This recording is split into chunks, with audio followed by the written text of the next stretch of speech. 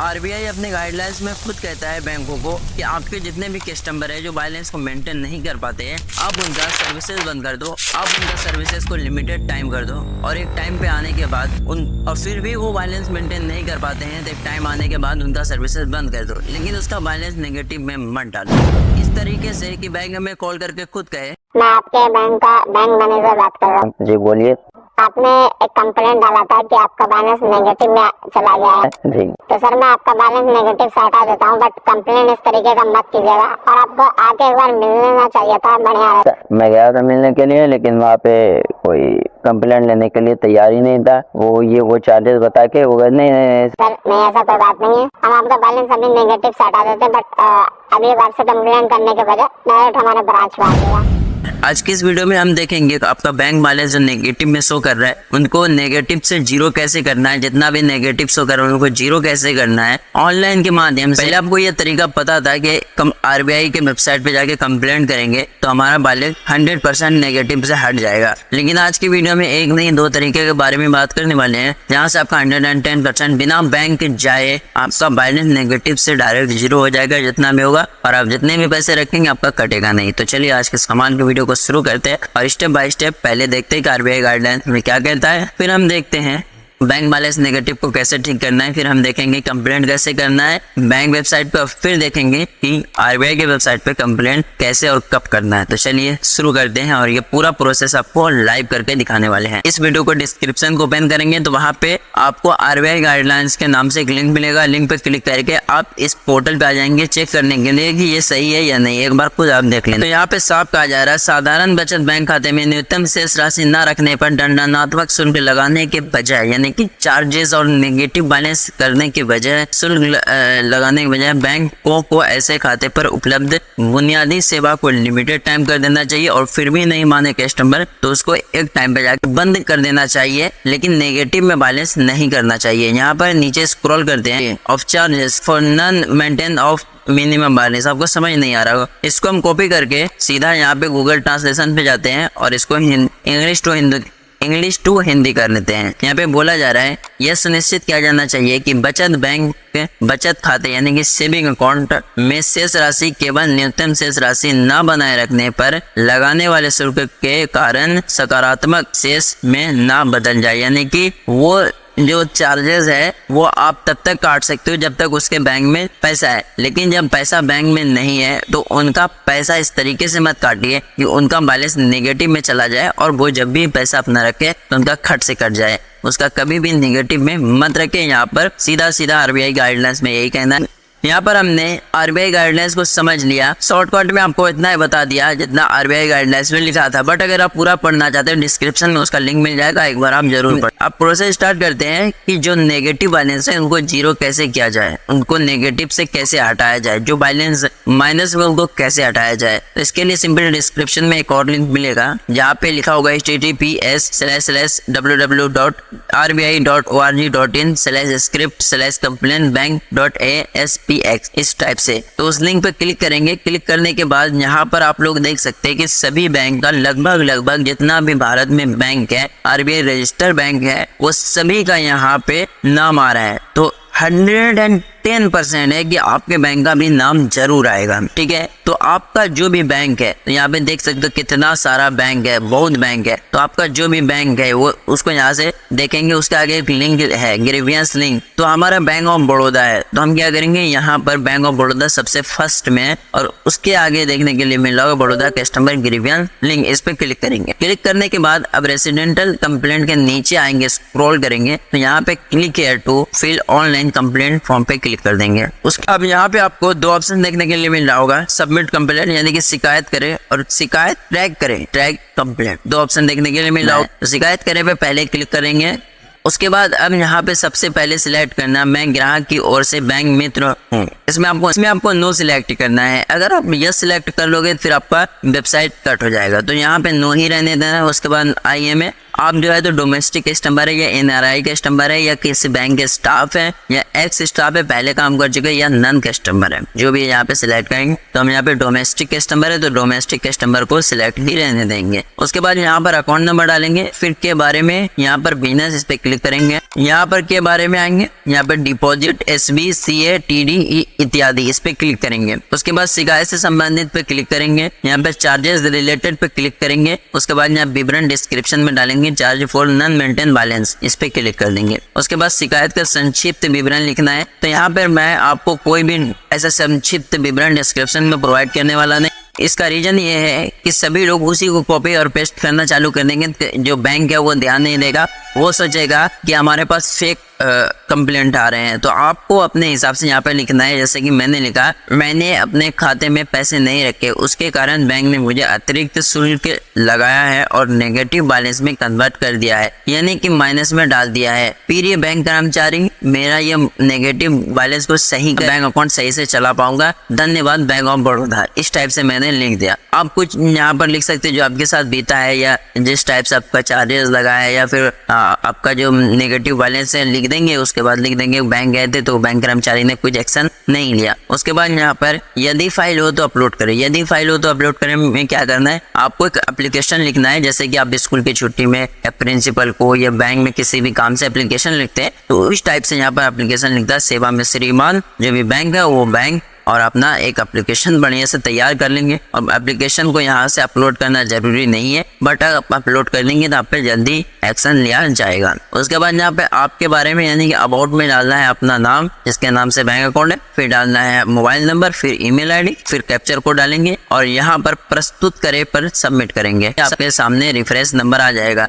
तो यहाँ पे इसका स्क्रीनशॉट ले लीजिए या अपने मोबाइल से इनका फोटो खींच लीजिए। इससे होगा ये कि आगे आपको आने वाले दिनों में आपको बहुत ही ज़्यादा हेल्प मिलेगा। इसमें दो चीज़ इंपॉर्टेंट है। सबसे पहला, यहाँ पे आपको ये वाला जो नंबर देखने के लिए मिल रहा होगा, ये कंप्लेंट नंबर आपको अपने पास सुरक्षित रख लेना है। उसके बाद यहाँ पे डेट जो देखने के लिए मिल रहा होगा, इस डेट को भी सुरक्षित आपको रख लेना है। इस डेट और नंबर से ही आगे कार्रवाई आपका होगा। अब सिंपली यहाँ पर आप ये दोनों चीज को रखने के बाद यहाँ होम पे क्लिक करेंगे। उसके बाद यहाँ शिकायत ट्रैक पे क्लिक करेंगे। उसके बाद यहाँ पर शिकायत ट्रैक पे क्लिक करेंगे। यहाँ पे जो भी आपको रेफरेंस नंबर मैंने बताया मिला था वो नंबर डालेंगे, फिर जिस मोबाइल नंबर से रजिस्टर किया था ये ईमेल से वो डालेंगे और कैप्चर कोड डाल के सबमिट करे वाले बटन पर क्लिक करेंगे। जैसे सबमिट करे पर क्लिक करेंगे आपके सामने आ जाए कंप्लेंट डिटेल में सबसे पहले कंप्लेंट आईडी, कंप्लेंट किस दिन किया था, कंप्लेंट का स्टेटस क्या है, जैसे कि हमने अभी किया था तो हमारा कंप्लेंट जो है वो पेंडिंग में, अभी इस पे कोई भी एक्शन नहीं लिया गया है। कंप्लेंट डिस्क्रिप्शन में मैंने क्या डाला था, जैसे कि मैंने डाला था मेरा बैंक बैलेंस नेगेटिव हो गया है, तो मैंने जो लिखा था वही है। अब यहाँ पे जो आगे आपका